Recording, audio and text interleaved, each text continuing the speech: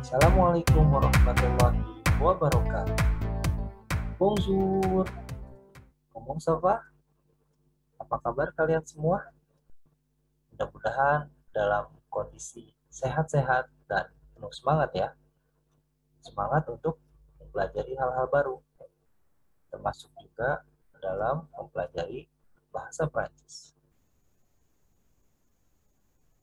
Nah, pada kesempatan kali ini kita akan mempelajari materi tentang les activités quotidiennes. Ya, les activités quotidiennes itu artinya adalah kegiatan sehari-hari. Ini berkaitan dengan materi pelajaran bahasa Prancis di kelas 11 semester yang kedua, yakni pada kompetensi dasar 3.6 dan 4.6 tentang tindak tutur untuk menyatakan dan menanyakan tindakan atau kejadian yang dilakukan atau terjadi secara rutin atau merupakan kebenaran umum. Nah, apa saja sih yang harus kita pelajari terkait materi tentang les activités quotidiennes ini? Di sini kalian bisa lihat ada 3 hal yang penting untuk dipahami atau dipelajari kembali untuk membentuk suatu kalimat atau ujaran tentang les activités quotidiennes. Yang pertama adalah le temps, waktu. Tentu saja saat kita menyusun sebuah kalimat harus jelas waktu kapan aktivitas atau kegiatan tersebut berlangsung, kapan dilaksanakan, dan yang kedua tempatnya di mana, atau les lieux atau les endroits. Selain waktunya kapan, tempat kejadiannya juga perlu diketahui agar informasi yang ada dalam kalimat yang kita susun itu dapat dipahami dengan baik. Dan yang terakhir tentu saja les actions atau les activités. Kegiatan apa yang dilakukan pada waktu tersebut dan di tempat tersebut.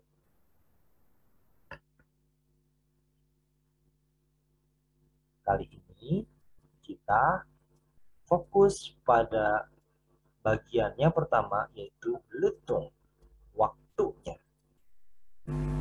Kapan suatu peristiwa berlangsung. Nah, saat kita membicarakan le temps atau waktu, diantaranya yang harus kembali kita ingat adalah tentang les jours atau hari, les moments de la journée, bagian-bagian waktu dalam sehari, dan yang terakhir tentang l'heure atau jam.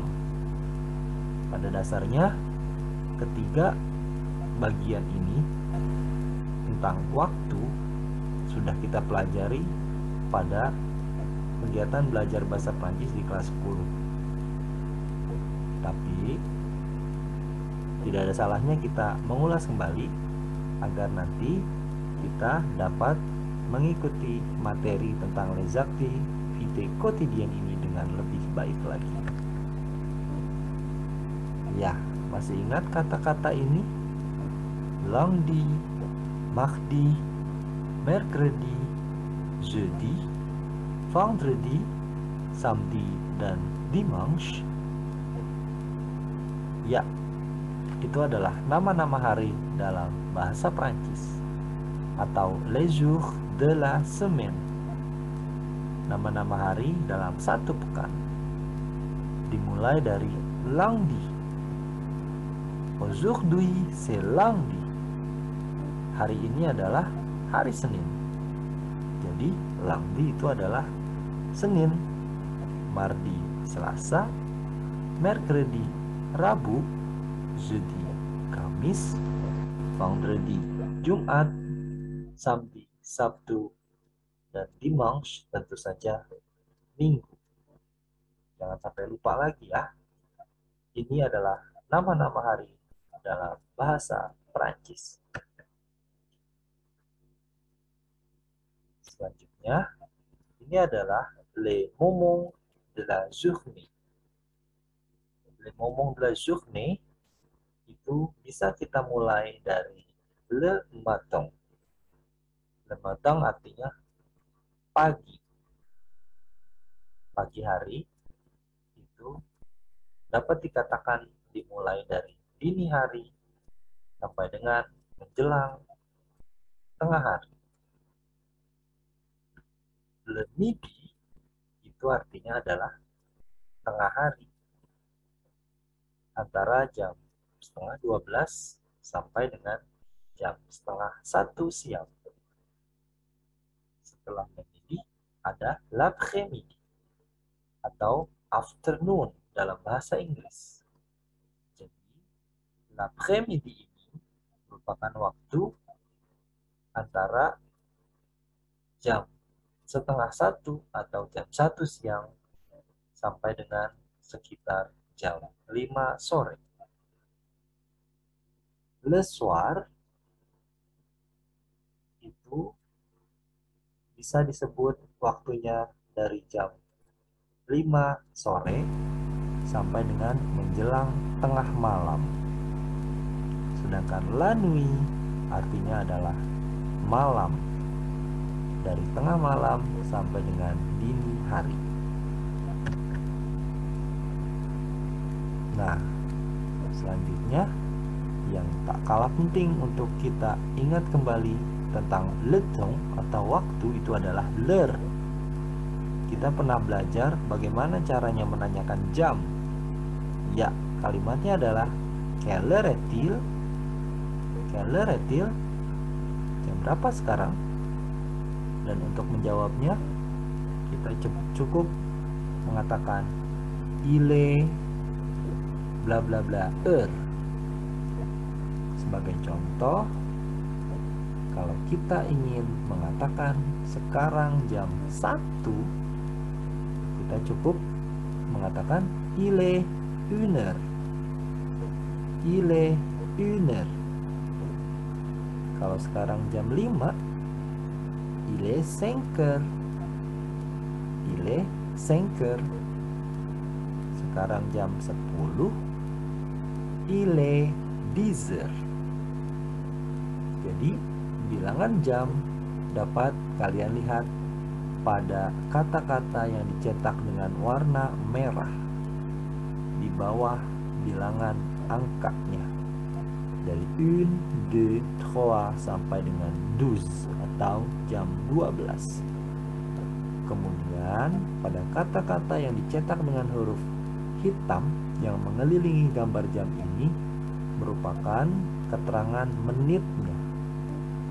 Ya, kalau lewat 5 menit berarti kita tinggal menambahkan kata 5 di belakang kata heure.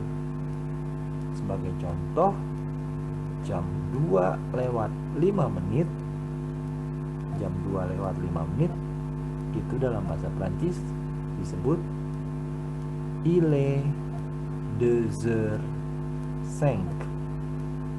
Il est 2h05. Gampang kan? 2 sebagai penanda jam dan 5 sebagai penanda menitnya. Contoh lain, jam 6 lewat 20. Berarti kita cukup mengatakan il est 6h20. Il est 6h20. Nah, sementara untuk keterangan menit berupa 15 menit, kalau lewat 15 menit kita menyebutnya e-quart. E-quart. Sementara kalau kurang 15 menit itu moins le quart. Contoh, jam 9 lewat 15 menit, maka il est 9h15. Il est 9h15. Sementara jam 9.45 atau jam 10 kurang 15 menit, kita mengatakan il est 10h moins le quart. Il est 10h moins le quart. Kemudian kalau lewat 30 menit, dalam bahasa Prancis dikenal istilah et demi. Jadi kalau jam 2 lewat 30 menit atau jam setengah 3, kita mengatakan il est 2h30. Il est 2h30. Jam setengah 3. Terakhir, kalau kita mau bilang jam 11 kurang 5 misalnya, maka cukup kita mengatakan il est 11h moins 5. Jadi dapat dikatakan bahwa kurang dalam bahasa Prancis itu adalah moins. Tapi kalau lewat itu e. Contohnya écart dan et demi. Voilà. Itulah materi kita pada video pembelajaran kali ini. Merci beaucoup dan à la video suivante. Sampai bertemu pada video pembelajaran selanjutnya tentang materi les activités quotidiennes ini. Au revoir.